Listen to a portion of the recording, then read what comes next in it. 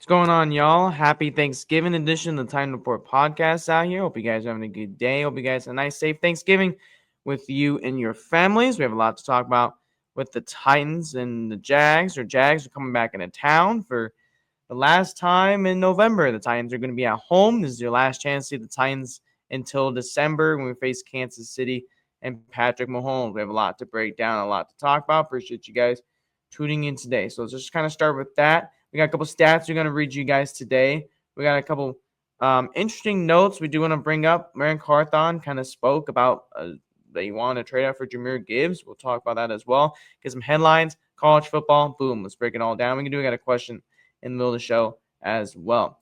First thing is, it's the Titans. They gotta get a home win. They gotta figure out how to get a home win somehow in some way. The Titans do not play home against Kansas City.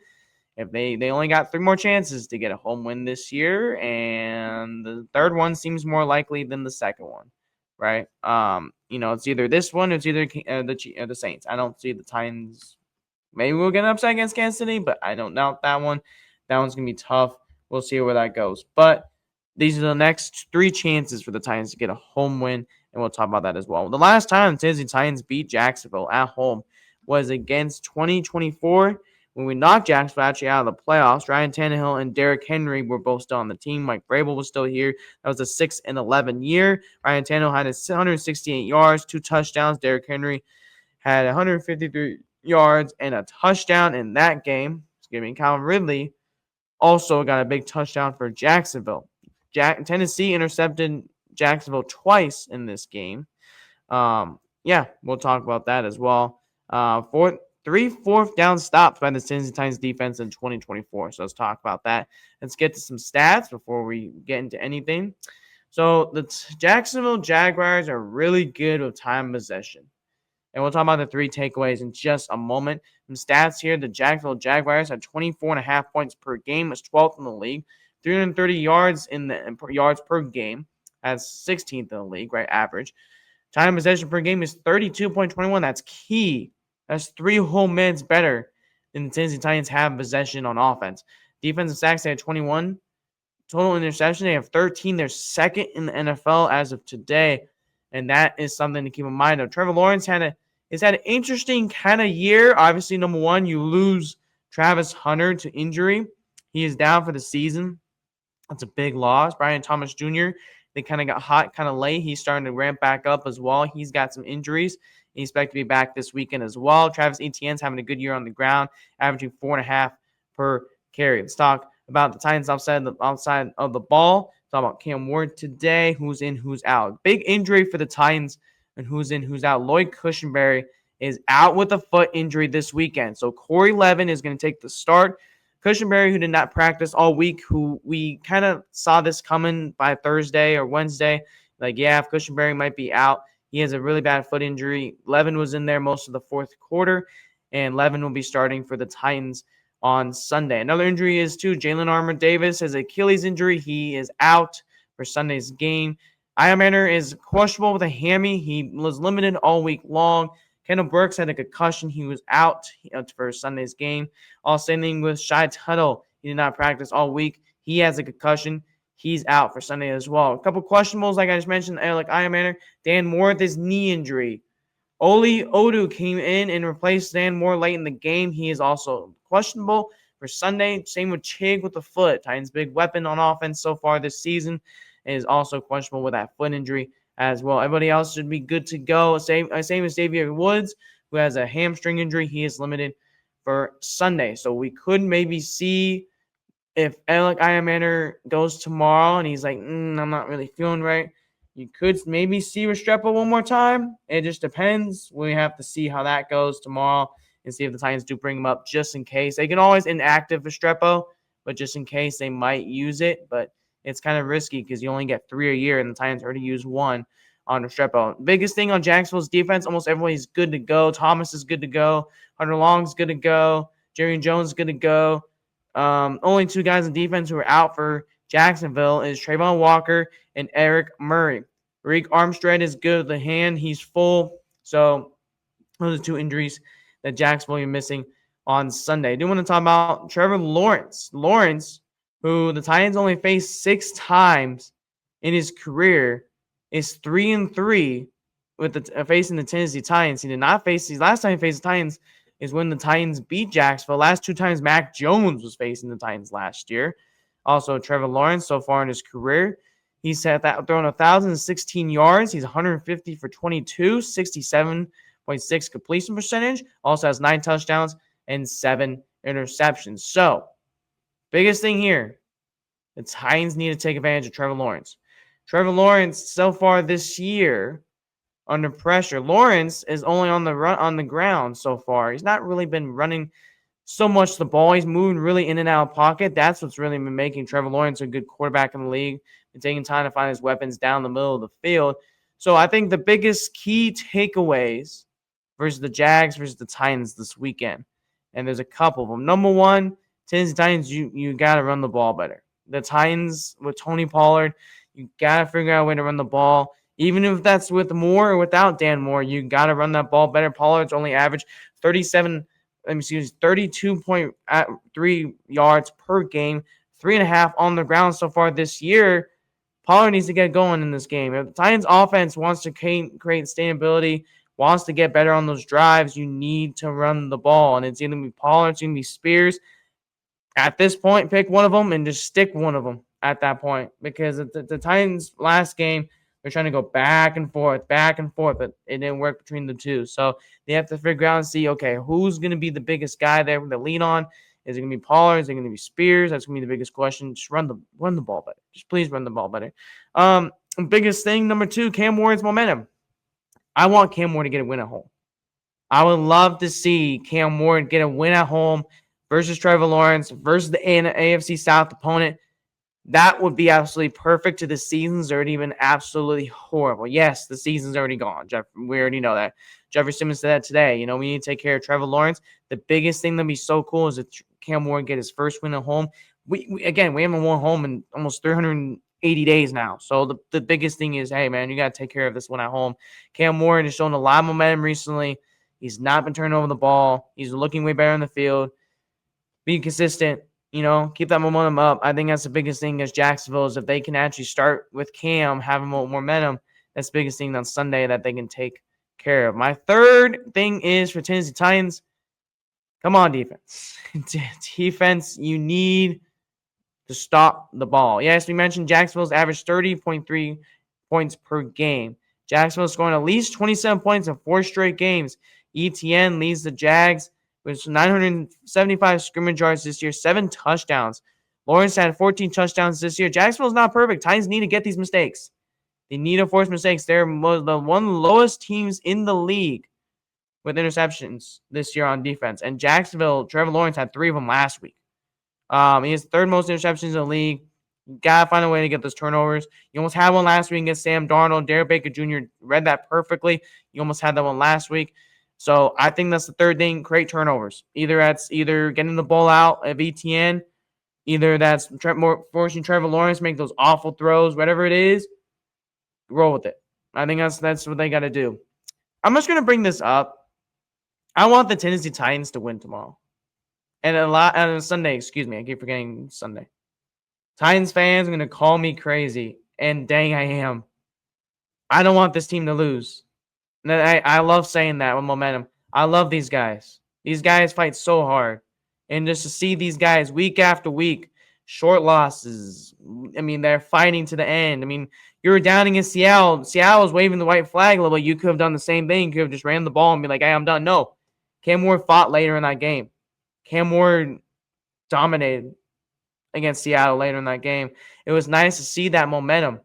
It's nice to see teams fighting to the last moment. And Cam Ward did that. I'm very happy with the progress we saw last week with him. I'm very excited to see what he can do this week. And he's the only thing we got right now. And Jacksonville, it's a lot to see if they're going to win or lose.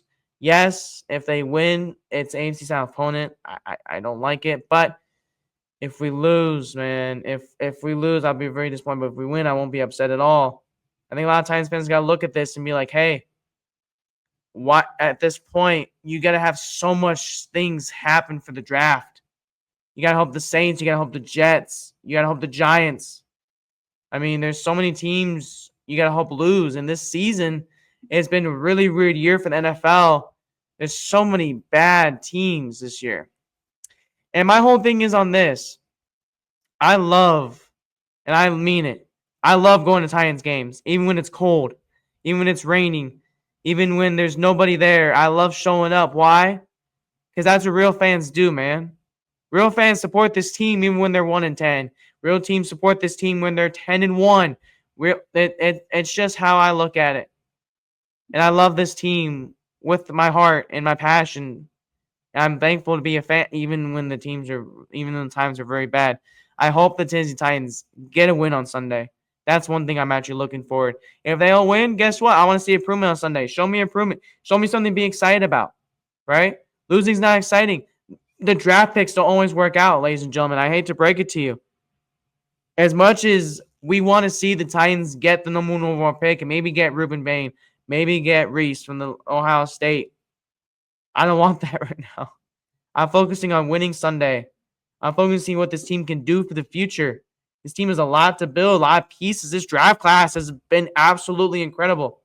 This whole draft class, starting with Cam. I know Femi's out, but, besides that, going down the line with Kevin Winston, Alec Iomanner. I mean, Marcus Harris Sunday was fantastic. I mean, finally seeing these guys get Gunnar Helm, Seymour DK with almost 1,200 purpose yards, leading the league.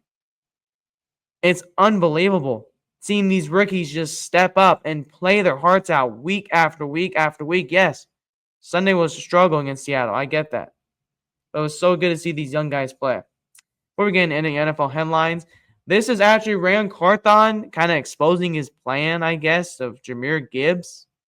I guess this is Carthon's plan.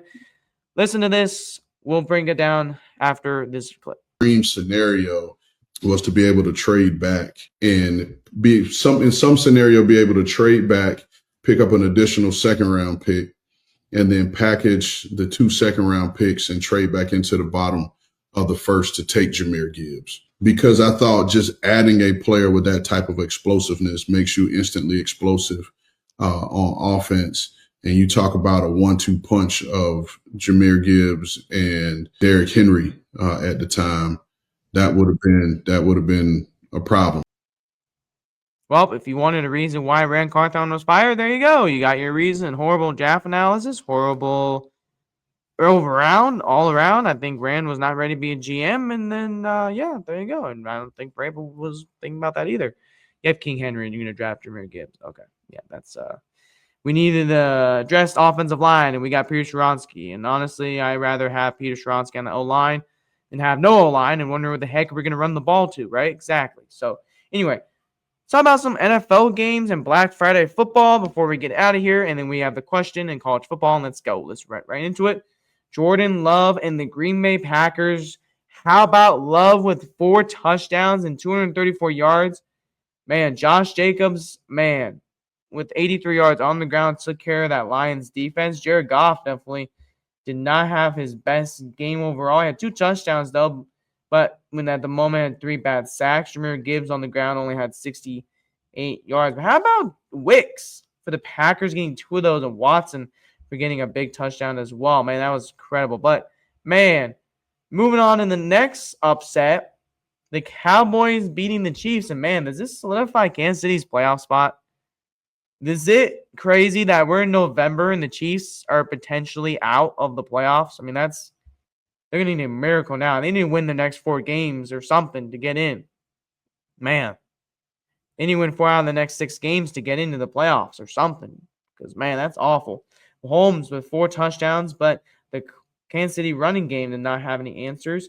But Dak Prescott with 2 touchdowns, but Dallas's defense hung in there until the very end. But, Cincinnati Bengals with Joseph Burrow coming back with 2 touchdowns and 261 passing, with Jamar Chase with 110 yards receiving. They made the Ravens defense look like fools. Lamar Jackson with interceptions. The Ravens currently with 5 interceptions. Lamar had 2 fumbles. Likely had a fumble, and Flowers had a fumble. Man, the Disaster. And then how about the Chicago Bears and Caleb Williams upsetting the Philadelphia Eagles as Super Bowl champions? How about that? Unbelievable slate of games in these last 4 days, and we're not even done. And we have college football on tonight. We're not even done. So those of y'all who are like, I want to go shopping, man, you got more college football, ladies and gentlemen. You got Texas and A&M playing on in just about at 6:30 tonight. You got Arizona State, Arizona matchup tonight. I mean, we got two good matchups going on tonight. So, ladies and gentlemen, don't turn your heads away because we got some good college matchups. Also, this weekend, Ohio State and Michigan kicking it off in Ann Arbor, Michigan. Ohio State's favored by 9.5 points. Miami and Pittsburgh, a potential playoff spot. Miami's favored by 6.5 points in this one, but watch out for Pittsburgh. If they can come in here and get upset Miami could be too confident. Watch out. Carson Beck here. Also, another big matchup for me personally is USC versus UCLA. USC is out of it, but they're also favored by 21.5 points. Beat UCLA, please. Tennessee and Vanderbilt. Tennessee is favored by 2.5 points. They're at home at Neyland Stadium. They're number 19 in the country. There's no playoff chances, but they can get Vanderbilt out of the playoffs if Tennessee gets the huge upset. We have one question for you guys. Number one, the biggest question that we're going to talk about is in the past, in the present, which Titan player are you most thankful for? My current one, obviously, is Cam Ward. And the past one is currently, for me, defensive back Kevin Byard. Let me know who you guys thought. We asked this question on Instagram at Titan Report Podcast on Instagram. So we got a couple of nice, funny responses. I do want to bring these up here. So the Tennessee Tough 615 said currently Cam Ward. He said Wesley Woodyard. Shout out to Wesley Woodyard. That's a good one. That's Wesley Woodyard, linebacker. That's a good one. And Jalen on Instagram said current Cam Ward past Delanie Walker. How about Delanie Walker, the GOAT, getting the mention there? Also, from Max on Instagram too, current Cam Ward. You got a funny one in this one. Cam Ward's dad and to bring him to the world. How about that? Giving Cam Ward 2 props right there. That is it from the Titan Report podcast on here on this Friday. I hope you guys have a good and safe weekend. The Titans are on this weekend. Go watch some good football. Watch some good college tomorrow. Should be a lot of fun and a big, huge, exciting weekend of football. Get that shopping done as early as you can. Hope you guys have a nice and a safe, blessed weekend. Stay cool and stay warm out there in Middle Tennessee. Titan up.